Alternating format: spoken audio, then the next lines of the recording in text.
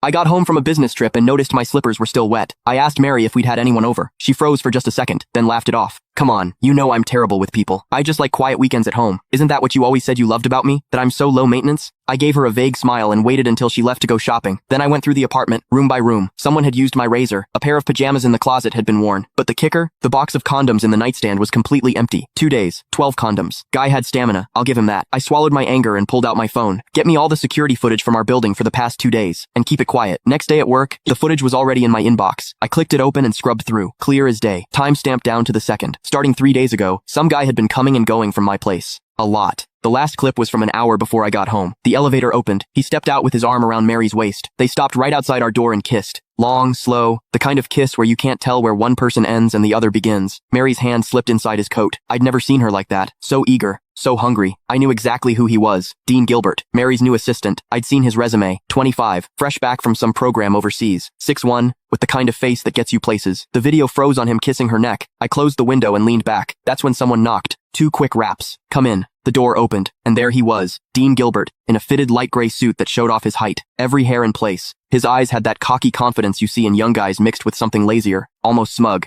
He was holding a folder. Chairman Dickerson. His voice was all business. President Henson asked me to bring over the year-end bonus list for your signature. He walked to my desk and set the folder down. No small talk. Didn't leave. Just stood there, waiting. Perfect posture. But his eyes drifted past me to the bookshelf like this was just some boring errand. I looked up at him. He didn't flinch. He even smiled, a smile that was hard to read. Normally, when Mary sent stuff like this or had her secretary bring it, I'd glance at the total and sign. She handled HR and finance. I'd always given her free rein. But today, I picked up the folder, opened it. I went through page by page. Bonuses ranged from tens of thousands to a few 100,000, nothing unusual for this year. Then I hit the last page. My hand stopped. Next to Dean Gilbert's name was a long string of numbers. Year-end. Bonus. $1 million.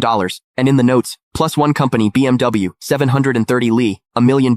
A BMW 7 Series, for an assistant who'd been here less than 6 months. I stared at that number for 2 seconds. Then I looked up. Dean was watching me. That little smile had gotten bigger, and there was something in his eyes, now impatience. Chairman Dickerson, is there a problem? His tone was still polite, but there was an edge, a push. Miss Henson is waiting to head out. He made sure to emphasize those last words. I picked up my Mont Blanc pen and uncapped it. The tip hovered over the signature line. Didn't touch down. Mr. Gilbert, you've been with the company about 5 months now, right? My voice gave nothing away. 1 week shy of 5 months. Quick answer. Smooth. I said nothing. I signed. Thank you, Chairman Dickerson. He took the folder back, flipped to check my signature, then closed it. And right as he turned to leave, I caught it. Click the link in my bio to get the full story for free.